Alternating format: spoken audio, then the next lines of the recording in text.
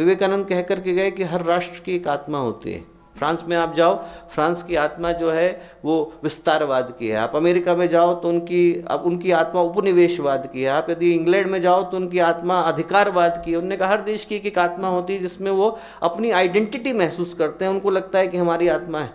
उन्होंने कह दिया आप अमेरिका में जाओ और एक सामान्य किसान से पूछो कि साहब नज़दीक का चर्च कहाँ है, तो उसको पता नहीं होगा। और उससे पूछो कि राजनीति, तो वो आपको 2 घंटे का लेक्चर सुनाएगा, मैं रिपब्लिकन हूँ, मैं डेमोक्रेट हूँ। हर व्यक्ति के अंदर घुली हुई है राजनीति। बोले यदि भारत में आप किसान के पास जाओ और उससे पूछो कि आपकी पार्टी कौन सी है, तो हो सकता है नहीं बताए। और उससे पूछो नज़दीक का मंदिर कौन है, आपके भगवान कौन है, तो आपको अच्छे से बता देगा।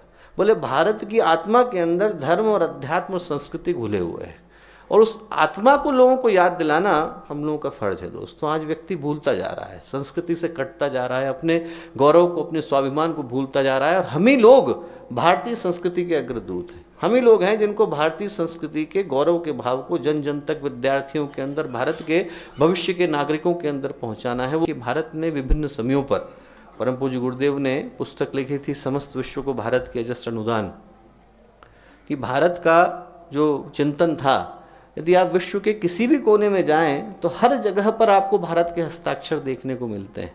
अलास्का के बिल्कुल एंड में चले जाएं तो अभी आज से 10 वर्ष पहले उन लोगों ने वहाँ पर एक मंदिर खोजा, भगवान सूर्य का मंदिर है। यदि आप मैक्सिको के कोने में चले जाएं, जहाँ से मैक्सिको की इंकन मायन सिविलाइजेशन की शुरुआत हुई, तो जो पिरामिड है उसके ऊपर जाकर के भगवान सूर्य का मंदिर है। यदि आप आतिश शाह चले जाएं, जहाँ पर कजाकिस्तान का एंड है, आतिश शाह अग्नि से निकल करके आया है। और आज भी यदि आप गूगल करके देखेंगे आतिश शाह के मंदिर को, तो ऊपर भगवान गणेश की मूर्ति बनी हुई है। रशिया के बिल्कुल एंड में वहाँ पर जाकर के गणेश जी की मूर्ति बनी हुई है, ओम गणेशाय नमः, भगवान माँ सरस्वती का मंत्र लिखा हुआ है। ये कहाँ गए, कहाँ से लोग निकल करके आए? वो जो अपगण थे वो अफगान हो गए, जो भगवान ऋषि कश्यप से निकल करके आए वो कैस्पियन सी बन गए, जो स्कंद से निकल करके आए वो स्कैंडिनेविया बन गए, जो धनु से निकल करके आए वो दानव बन गए, जो डैन्यूब रिवर है वो वहाँ से निकल करके आई। दुनिया का ऐसा कोई कोना नहीं है जहाँ पर भारतीय संस्कृति के हस्ताक्षर न रहे हों।